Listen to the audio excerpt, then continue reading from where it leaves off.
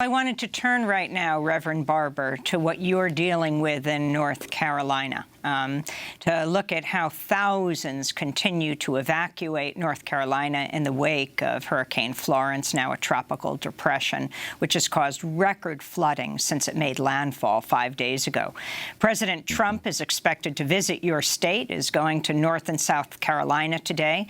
The death toll from the storm has risen to at least 35, including 3 young children, and as well in South Carolina, 2 women detainees drown in a sheriff's van. More than 10,000 people have already fled to shelters. Nearly 400,000 are without power in North Carolina. On Tuesday, Governor Roy Cooper said 16 rivers were at major flood stage, and 3 more rivers could peak in coming days. Massive industrial coal ash landfills and pig and chicken farms have also been engulfed by the floodwaters, and millions of chickens and pigs have drowned. The Associated Press reports at least 45 active farms are located in the floodplain. Crystal Coast waterkeeper Larry Baldwin flew over eastern North Carolina and described the damage to hog and chicken farms. We did see a couple facilities today that were already in serious trouble. They were surrounded by water. Their lagoons were surrounded by water. Their spray fields were completely covered up. The situation is not good. But it's not good today, but it's likely to get much worse throughout the rest of the week as these waters start to get to their flood levels. More than 1.4 million people in North Carolina are now without functioning water systems, and even more have been ordered to boil their water. The areas devastated by Hurricane Florence include some of the poorest areas on the eastern seaboard. In some counties, nearly 1 in 3 people live below the poverty line. For more, we continue to speak with Reverend Dr. William Barber, who's co-chair of the Poor People's Campaign. He's in Raleigh, North Carolina, distinguished visiting professor of public theology at Union Theological Seminary, former president of North Carolina NAACP and Moral Mondays leader. Recently wrote a piece for CNN headlined, "In Hurricane Wind and Waves, the Poor Suffer Most." So describe what's happening on the ground, Dr. Barber, in your state. Well, I'm actually, if you're right, in Raleigh, and headed back to Goldsboro, where my church, Greenleaf Christian Church, and also repairs of the breach, we're planning to feed children who many of them are missing meals because the schools are closed, because the rivers, even in my city, have not crested yet. And we don't know what this flood will cause. In Fayetteville, it's over, they're talking about 61 feet, some 15 to 20 feet higher than it was when Hurricane Mitchell came. That gave us a 500-year flood across the state. Amy, here's what we have to help people to understand. And Trump is coming, for instance, to visit today, but his policies, the negative impact of his policy, were visited on the poor and low wealth long before he came. We are in a state before the hurricane, poor people and low wealth people had a storm. There are over 4.7 million residents in North Carolina that are poor and low wealth. There are over 1 million people in North Carolina before the storm that did not have health care. The counties that are being hit the hardest, Amy, are Tier 1 and Tier 2. Tier 1 is the most distressed county in terms of housing, health care, and poverty, and Tier 2 is the next level. They are being hit the hardest. In North Carolina, 2 million workers make under $15 an hour, and it would take a person making $7 an hour, they'd have to work some 80-some hours just to afford a 2-bedroom apartment. That's what existed before the hurricane. 48% of people in North Carolina are poor and low income. That's what existed before the hurricane. And we have an extremist Republican-led legislature that refused to expand Medicaid, which meant 500,000 people in our state could have health care right now, and they don't have it. The Republican Congress is talking about cutting SNAP. People need those food stamps now more than ever after this flood. We refuse a living wage. Many of the people who are flooded, they work hourly jobs. They're not getting paid now.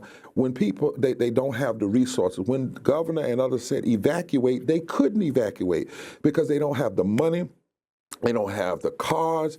They did not have the ability And when you think about it, the state is now bringing federal money. The president will say he's going to give federal money. But this state has refused federal money that would have helped the poor prior to the storm so that they would have buffers against the storm. So we have two hurricanes. The hurricane of poverty and lack of health care and lack of living wages that existed prior to the storm. And then we have the storm, and now everything that was already tough for people has been exacerbated. That's the story we must keep our eyes on, because some people are looking at what happened on the coast. We actually dodged a bullet on the coast. But if you come inland now and see these rivers that are where mostly the poor live, along these rivers and in these rural communities, they are being devastated. And when you add to that, lastly, Amy, the environmental devastation, the coal ash, the hog farms, the bacteria, the poison that's being put in the water table and put in the river, this is a catastrophe, a tremendous catastrophe, but some of it could have been buffered, could have been made better if our state, particularly and people in Congress, would help the poor in advance of this storm, would make sure everybody has health care and living wages. And we had cleaned up these coal ashes and coal ash ponds, and we stopped using fossil fuel. If those kinds of things would happen in advance of storms, there wouldn't be so much damage to the poor and the least of these after the storm.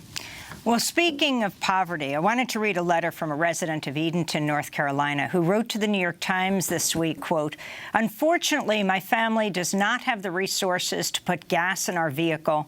I myself came here to the city to care for my father, who was diagnosed with cancer, with next to nothing to my name. We have no way out, so we're staying. We live together in a double-wide trailer." That's one letter. Yeah. And then I want to turn to the small town of Princeville in eastern North Carolina, the first town chartered by freed slaves in the United States in 1885. Originally known as Freedom Hill, sits on an unwanted floodplain along the Tar River that's flooded many times. The town's website notes, quote, "Flooding, like the threat of white supremacy, has plagued Princeville since its settlement. Major floods occurred 2 years after the community's founding, and again in 1919, 1924, 1928, 1940, and 58. The Army Corps of Engineers eventually built a dike that helped reduce the flooding, but in 1999, heavy rains from Hurricane Floyd submerged parts of Princeville under 23 feet of water for more than a week." This is Princeville resident Linda Worsley speaking to the New York Times about how she was displaced from her home by flooding after Hurricane Matthew caused widespread damage in the town in 2016.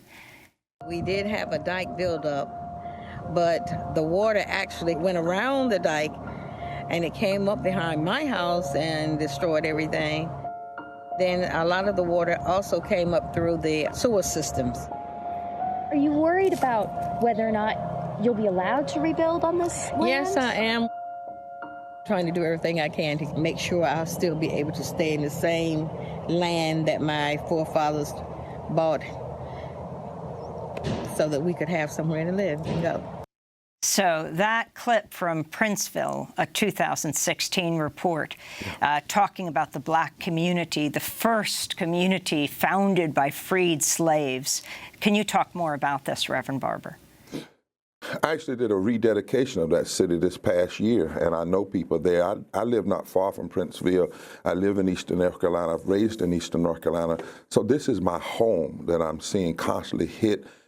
We know about what happened in Matthew and Floyd. It literally devastated. I think something like a 15-foot wall of water came through that area. It actually sat the pews inside of churches all the way up, had them standing up inside of the church. The water was that powerful, and people lost their lives. Again, but since that flood, it was after that North Carolina's extremist politician said, we don't need health care. We don't need a living wage. We don't need to deal with these environmental issues. If anything, they deregulated. And here we are again. We're in a state where 56% of the children, Amy, 1.3 million, are poor and low wealth. 62% of people of color, 2.3 million, are poor and low wealth. But this is something people also don't know. The majority of the poor people in North Carolina are white. And even in eastern North Carolina, while those counties are the counties with the highest percentages of African Americans, the majority of the people in those counties are white, and the majority of the people who are poor are white. And so it's a race question and a class question. It's a denial question. It's a question that after these storms normally happen, people go back to business as usual. Or we get something like we see the extremism of Trump, where you deny the things that people need. Then when the storm hits, you come in and you visit and act as though you're concerned, but your policies prior to the storms created problems for the people in a way that they wouldn't have some of these problems they have now if you hadn't been so vicious and so mean and so regressive in your policies when the days were sunny. We're going to have to learn how to do this better. People are suffering. People are afraid all over eastern North Carolina. And think about this, Amy. This is the only glimmer of sunshine in the midst of this. This is what a Category 1 and a tropical storm has done. They thought it would be a Category 4 or 3. If it had been a Category 3 or 4, it is unimaginable what the pain and the travesty would be, what the poisoning to the environment would be, what the need for health care would be. Imagine now people that are getting sick that could have health care don't have it. How are they going to be treated? Homes, as you said, you talked about a lady living in a mobile home. There's so many mobile homes. We could do so much better with affordable housing in these areas, but that's not the case. Some people may be off work 2 and 3 weeks. They already were in a position before the storm where if they missed one day, they might not be able to pay their rent or afford their medicine or feed their families. We have to talk about the political and social storms that exacerbate the natural storms when they do happen. Just last month, former Vice President Al Gore visited you in North Carolina, and you went on a tour of the coal-impacted communities. Gore speaking here in front of the smokestacks of Duke Energy's Belews Creek Steam Station, which runs on coal. I want to draw connections between Belews Lake and the coal ash pollution and the gaseous pollution that is threatening to make of our entire planet the kind of mess that they've made here. We had to stop on the way over here or actually we didn't stop, but we saw going beside us all these train cars full of coal. On a peak day, this plant over here burns 220 rail cars full of coal. And what is left over when they burn it is this toxic coal ash. Now, if you had all these millions of tons of a toxic substance, and you just dug a raw gash in the ground and dumped it in there, you would be behaving recklessly. That's right. That's what they're doing. That's right. This is a crime scene. So that's Vice President Al Gore speaking outside the Duke Energy plant with you, Reverend Barber. Duke Energy, and that was before the storm. Duke Energy now says at least 2,000 cubic yards of coal ash were released amidst Tropical Depression Florence's massive flooding in North Carolina, enough ash to fill something like 180 dump trucks. As we wrap up what this means. And one of those areas is in Goldsboro. It's in the Neuse River. It's one of the sites that was already leaking that people have been fighting. And they tell us all the time the coal ash is not poison. And we say, well, then why isn't it in the rich communities? Why isn't it in the communities of the politicians? It is poisonous. It is dangerous. It was already leaking. It was already broken. It was already messed up. The storm has exacerbated this, and it did not have to be this way. Duke, the very company that's now having to send people out to help turn on power, is the same company that has negatively impacted poor communities by placing all of these coal ash ponds and coal ash sites in and around poor communities in and around sources of water. It is a form of hypocrisy. On one hand, to say we want to help you after the storm, but then but before the storm, we engage in policies that continually hurt and harm the poor, the low wealth, and the least of us. Well, we want to thank you so much, Reverend Dr. William Barber, and also, of course, with President Trump coming to the Carolinas today, he proudly denies climate change, calls it a Chinese hoax. In the last 10 seconds, what would you say to him about this? I would say to him with my son, who's an environmentalist lawyer and also an environmentalist physicist, because of the warming air, it's messing up the jet streams. Therefore, what you have is this erratic hurricanes. They twist and turn and stop and move, and that means they dump more water. That means they hold more water. That means they're more powerful. Anybody who denies climate change is a fool.